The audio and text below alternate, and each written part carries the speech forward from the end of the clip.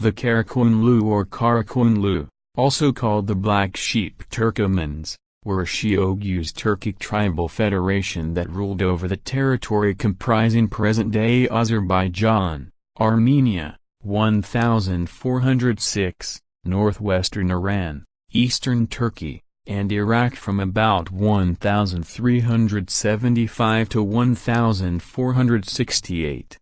The Koyunlu Turkomans. The Koyunlu Turkomans at one point established their capital in Herat in eastern Iran, and were vassals of the Jalarid Sultanate in Baghdad and Tabriz from about 1375, when the leader of their leading tribe ruled over Mosul.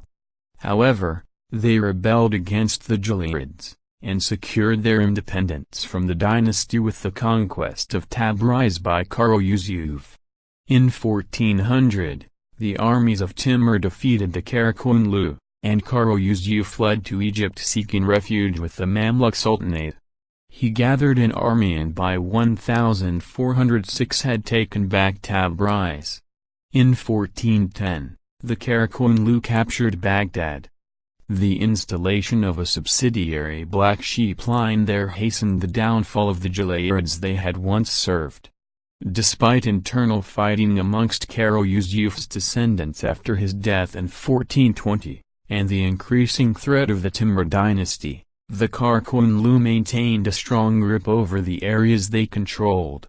Jahan Shah made peace with the Timurid Sheikh Mirza, however, this soon fell apart.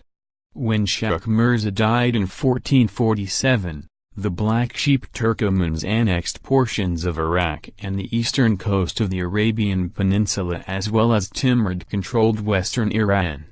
Though much territory was gained during his rule, Jahan Shah's reign was troubled by his rebellious sons and the almost autonomous rulers of Baghdad, whom he expelled in 1464.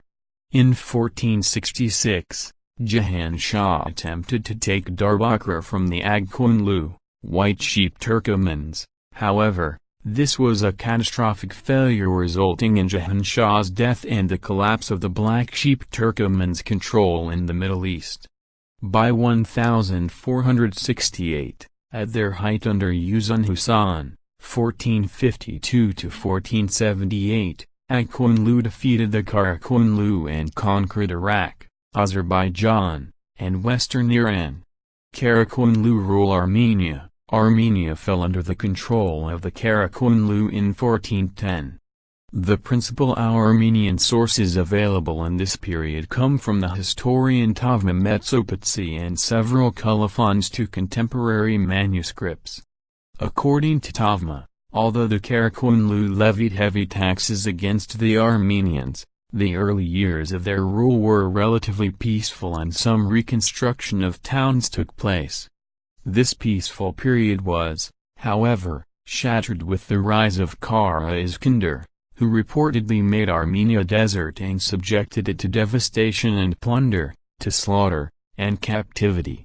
Iskander's wars with and eventual defeat by the Timurids invited further destruction in Armenia, as many Armenians were taken captive and sold into slavery and the land was subjected to outright pillaging, forcing many of them to leave the region. Iskander did attempt to reconcile with the Armenians by appointing an Armenian from a noble family, Rustam, as one of his advisors. When the Timurids launched their final incursion into the region, they convinced Jahan, Iskander's brother, to turn on his brother. Jahan pursued a policy of persecution against the Armenians in Sayunuk and colophons to Armenian manuscripts record the sacking of the Tetev monastery by his forces.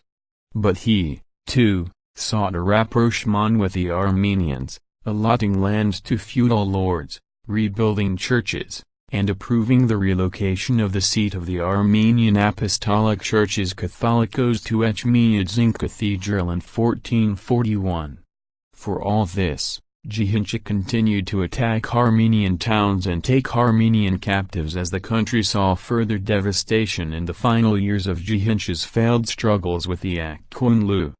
Mausoleum of Turkmen is one of the most prominent monuments built by Black Sheep dynasty remains today in the vicinity of the Armenian capital, the Mausoleum of Koyunlu Emirs. Turkmenistan and Armenia both contribute to the restoration and preservation of this medieval piece of architecture.